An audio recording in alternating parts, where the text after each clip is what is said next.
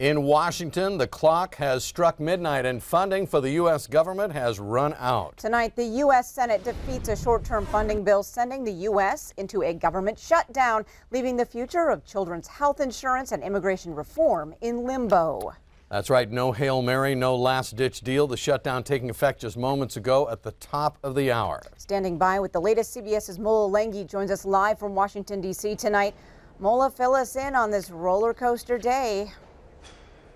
Oh yeah, Janelle, Jay, good evening. You said it really was a roller coaster of a day. A lot of uncertainty around today, and the final product, no deal here on Capitol Hill after that failed Senate vote about 2 hours ago. First government shutdown since 2013. We are now face to face with that, but lawmakers will continue to negotiate through the weekend. Majority Leader Mitch McConnell called a procedural vote tonight to end the filibuster over a House-approved continuing resolution to fund the government through February 16th. It failed. Democrats were holding out for a comprehensive spending bill and a deal to protect dreamers brought to the U.S. illegally as children. President Trump got involved in the negotiations. Making calls, doing everything he can. Democrats say a deal was close, but the president backpedaled after speaking to the far right. The President of the United States, in failing to lead, is providing the impetus and momentum for a self-inflicted crisis. Lawmakers are already knee-deep in the blame game, vowing to leverage any shutdown at the polls in November. A Washington Post ABC News poll found most Americans blame President Trump and the Republicans.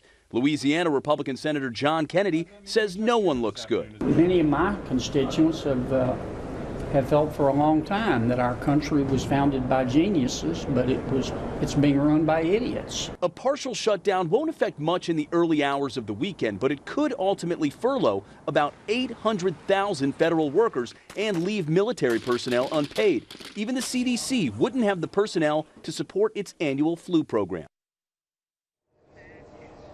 We haven't heard much from President Trump since the failed Senate vote, not even on Twitter. In fact, Mr. Trump really uncharacteristically quiet throughout the day today. But White House Press Secretary Sarah Huckabee Sanders, just after the failed vote, did tweet blaming the Democrats, saying Democrats can't shut down President Trump's booming economy, so instead they resort to shutting down the government. Obviously, Democrats taking a different position and blaming the Republicans on this one.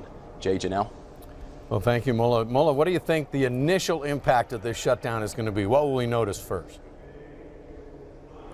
Well, you know, lawmakers sort of, in a twisted way, kind of lucked out with this running into a weekend. You know, the initial impact will be somewhat contained just because federal agencies, federal workers, government services, they're off, they're closed, they're off the clock on the weekends. Not to say that there won't be any impact. There certainly will still be somewhat of an impact, but lawmakers do have a little bit of space to continue to keep negotiating. The key is going to be Monday.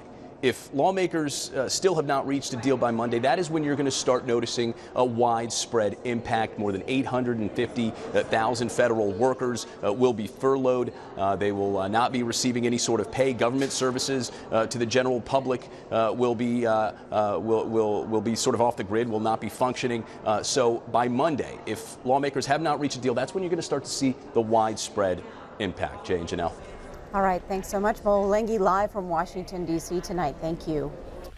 Now, Montana's two U.S. senators were on opposite sides of this vote tonight. Democrat Jon Tester calling the short-term budget proposal a disgrace, criticizing Senate leaders for failing to do their job. And Senator Steve Daines took to the Senate floor this afternoon telling his colleagues that he believes voting to shut down the government is a mistake.